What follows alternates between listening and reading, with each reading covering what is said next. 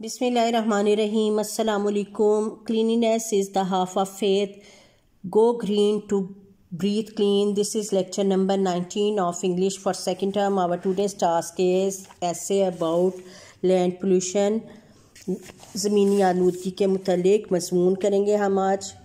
Pollution is the introduction of contaminants into the natural environment that causes adverse change. कुदरती माहौल में ऐसी गंदगी गलाज़त का शामिल करना जो मुज़िर तब्दीली का बाइस हो, यानी जो नुकसान दे तब्दीली पैदा करे, ज़मीनी आलूदगी कहलाती है. ठीक है. Land pollution is when human beings mix harmful objects, chemicals or substances directly or indirectly into the soil in a way that cause harms to other living things or destroy soil, water or ecosystem. ज़मीनी आलूदगी वो है कि जब इंसान बिलवास्ता या बिला वास्ता यानी डायरेक्ट और इनडायरेक्ट नुकसानदेह चीज़ें, केमिकल या मवाद को यानी नुकसानदेह मवाद को मिट्टी में इस तरह से मिला देता है कि वो दूसरे जानदारों के लिए भी नुकसान का बाइस बनती है. ठीक है. और मिट्टी, पानी और इकोसिस्टम को भी बर्बाद करती है. ठीक है. तो जब ये सब कुछ हो तो वो लैंड पोल्यूशन है. The effects of land pollution are even worse if the garbage is not separated into organic, reusable और recyclable waste. और ज़मीनी आलूदगी के इस असरात उस वक्त और ज़्यादा नुकसानदेह और बदतर हो जाते हैं कि अगर कचरे से यानी कूड़े करकट से हम नामियाती, काबिल इस्तेमाल और जिन चीज़ों को रिसाइकिल किया जाए यानी नए तरीके से उसे नई शक्ल दी जा सके, उसको अलग यानी कूड़े करकट से अलग ना किया जाए. ठीक है. अगर हम उनको कूड़ा करकट उसमें और हम उसे उन्हीं गंदगी के साथ रीयूज़ कर लें तो वो बहुत नुकसानदेह हो जाएगा.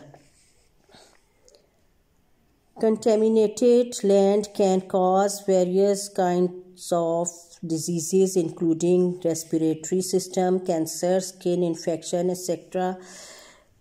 जो ज़मीनी आलूदगी है वो उस वक्त जो है यानी उसकी वजह से बहुत सी बीमारियों का सबब बनती है. ठीक है.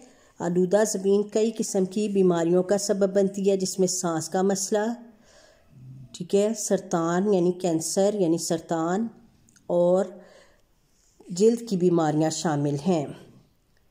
The toxic materials that pollute the soil can get into the human body directly by eating fruits and vegetables that have been grown in polluted soil. वो सब्जियां और फल जो कि आलूदा ज़मीन में उगाए जाएं वो खाने से इंसान के जिस्म में डायरेक्ट ये गंदगी यानी आलूदगी पहुंच जाती है. ठीक है.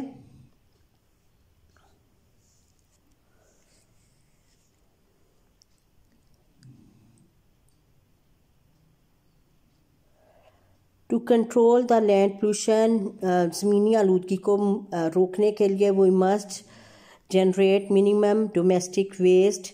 हमें जो है घरेलू कूड़ा करकट कम करने की कोशिश करनी चाहिए. ठीक है.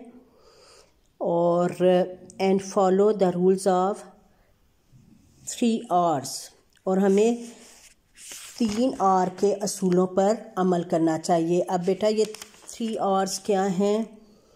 रीयूज़ दोबारा इस्तेमाल करना, रिड्यूस कम करना यानी कूड़ा करकट कम करने की कोशिश करना, एंड रिसाइकिल और यानी पहली चीज़ को रिसाइकिल करना, उसको नए तरीके से जो है काबिल इस्तेमाल बनाना. The use of